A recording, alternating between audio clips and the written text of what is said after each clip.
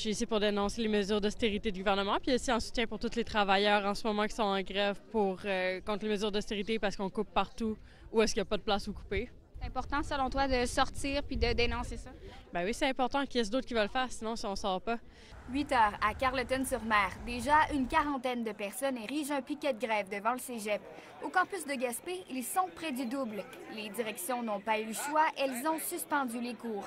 À Carleton, on assurait ainsi une mobilisation pacifique. Ils nous ont menacé, dans le fond, de contacter les polices si on ne voulait pas se tasser, mais là, on a atteint le quota d'élèves, donc ils n'ont pas besoin de faire appel à la police. Il fallait au moins 25 personnes sur le piquet de grève à 8 heures pour que les cours soient levés.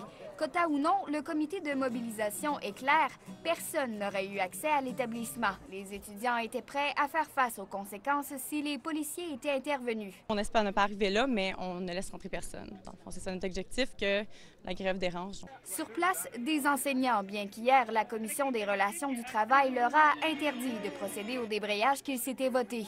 L'un d'entre eux nous avoue que cette décision a créé tout un émoi. Ses collègues et lui ne savaient plus sur quel pied danser. Est-ce qu'on va défier l'ordonnance ou est-ce qu'on va se, entre guillemets, soumettre ou peut-être mieux faire comme un boxeur, reculer d'un pas? Et finalement, on a décidé de reculer d'un pas, mais c'est pas de gaieté de cœur, on n'est pas content. En entrant au boulot comme demandé, les professeurs se butent au piquet de grève de leurs étudiants et à une levée de cours.